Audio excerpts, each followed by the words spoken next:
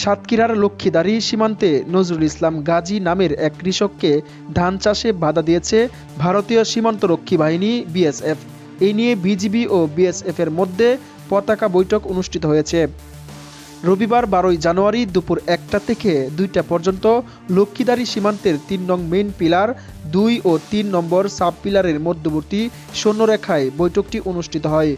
পতাকা বৈঠকে 4 সদস্যের বিজিবির পক্ষে নেতৃত্ব দেন সাতক্ষীরার 33 ব্যাটালিয়নের লে কর্নেল আশরাফুল হক, আর 4 সদস্য বিশিষ্ট বিএসএফের নেতৃত্বে থাকেন ভারতের পশ্চিমবঙ্গের কল্যাণী 152 বিএসএফ ব্যাটালিয়নের কমান্ডার রমেশ কুমার।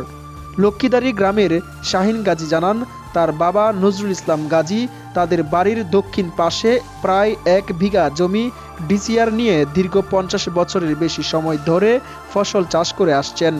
গত শনিবার বিকেলে 2 জন শ্রমিক নিয়ে ওই জমিতে চাষ করতে গেলে ভারতের ঘুজাডাঙ্গা বিএসএফ ক্যাম্পের সদস্যরা চাষ করা যাবে না বলে বাধা দেন।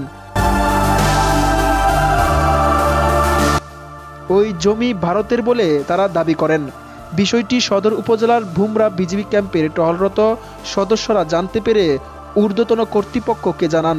সাতক্ষীরা 33 ব্যাটালিয়নের সুবেদার জহির আহমেদ ও ভুমরা বিজিবি ক্যাম্পের সুবেদার আফজাল হোসেন জানান, পতাকা বৈঠকে সীমান্তের অমীমাংসিত জমি নিয়ে আলোচনা হয়েছে।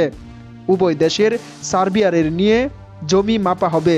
মাপ শেষ না হওয়া পর্যন্ত কোনো পক্ষই নো ম্যানস ল্যান্ডে শূন্যরেখা এলাকায় নির্মাণ কাজ না চালানোর ব্যাপারে সিদ্ধান্ত হয়েছে।